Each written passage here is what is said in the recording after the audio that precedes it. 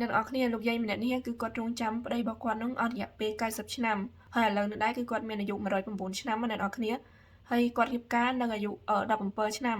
នៅឆ្នាំ1932ហើយនៅពេលដែលគាត់រៀបការហ្នឹងគ្រាន់តែរៀបការហើយ20ថ្ងៃគឺលោកតាដែលត្រូវជាប្តីរបស់គាត់ហ្នឹងគឺគាត់បានប្រាប់លោកយាយថាគាត់ត្រូវទៅធ្វើទាហានគាត់ត្រូវទៅធ្វើសង្គ្រាមអញ្ចឹងណាអ្នកនរគ្នាហើយលោកតាហ្នឹងក៏ប្រាប់ថាឲ្យលោកយាយនឹងចាំគាត់ចឹងគាត់នឹងត្រឡប់មកវិញហើយលោកយាយគឺគាត់ចាំមែនគឺគាត់នៅរងចាំលោកតានឹងពីមួយថ្ងៃទៅមួយថ្ងៃពីមួយឆ្នាំទៅមួយឆ្នាំនោះអត់ឃើញហើយក៏អត់មានលឺដំណឹងអីទាំងអស់ហើយម្លងពេលនោះដែរគឺគាត់មានកូនប្រុសម្នាក់គឺគាត់នៅមួយកូនគឺគាត់ចាំលោកតានឹងជាមួយនឹងកូននឹងគឺចាំបាត់អត់ឃើញលោកតាមកវិញទេរហូតដល់ឆ្នាំ1953ហ្នឹងមានគេមកប្រាប់លោកយាយថាលោកតាហ្នឹងគឺស្លាប់បាត់ហើយស្លាប់នៅក្នុងពេលសង្គ្រាមហ្នឹងហើយលោកយាយគឺគាត់ពិបាកទទួលយកមែនតើគឺគាត់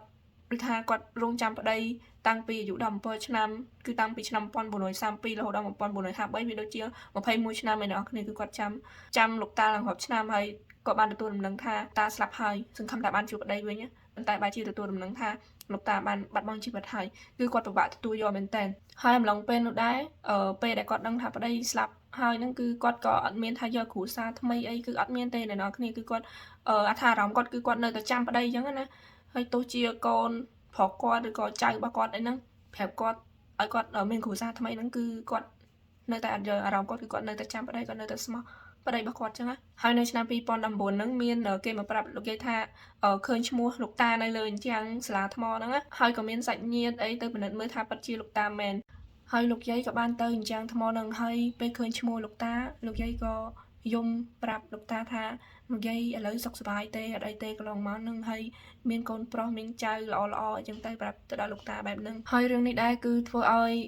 ប្រជាជនចិនក៏ដូចជាអ្នកលេងអ៊ីនធឺណិតហ្នឹងមានអារម្មណ៍ថារំជួលចិត្តហើយគឺថាកោតសរសើរលោកយាយដោយសារតែលោកយាយរៀបការបានតែ20ថ្ងៃទេគាត់នៅតែចាំស្មោះស្ម័គ្រជាមួយនឹងប្តីគឺអត់មានអ្នកថ្មីទេគឺនៅរងចាំប្តីរហូតអញ្ចឹងហើយទោះជាដឹងថាប្តីស្លាប់គឺគាត់នៅតែ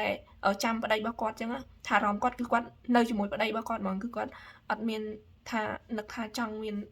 អ្នកផ្សេងអីទេគឺអត់ទេអ្នកនរគ្នាបងកុំទៅណាអូវីដេអូទៅណាថ្ងៃនេះខ្ញុំចង់ណែនាំបងឲ្យមើលម៉ូដខ្លះៗដែលមាននៅក្នុងហាងរបស់ខ្ញុំដែលសុទ្ធសឹងតែជាម៉ូដដែលកំពុងតែល្បីហើយមិនមែនមានតែប៉ុណ្្នឹងទេបងគឺមានម៉ូដច្រើនទៀតព្រោះអីវ៉ាន់នៅខាងខ្ញុំនេះគឺចូលសឹងតែរាល់ថ្ងៃបងហើយចូលម្ដងនោះគឺច្រើនមែនតើអញ្ចឹងបងអាចសាកសួរថាមានម៉ូដណាខ្លះឬក៏បងអាចចូលទៅក្នុង link group របស់ខ្ញុំឬក៏តាមដាន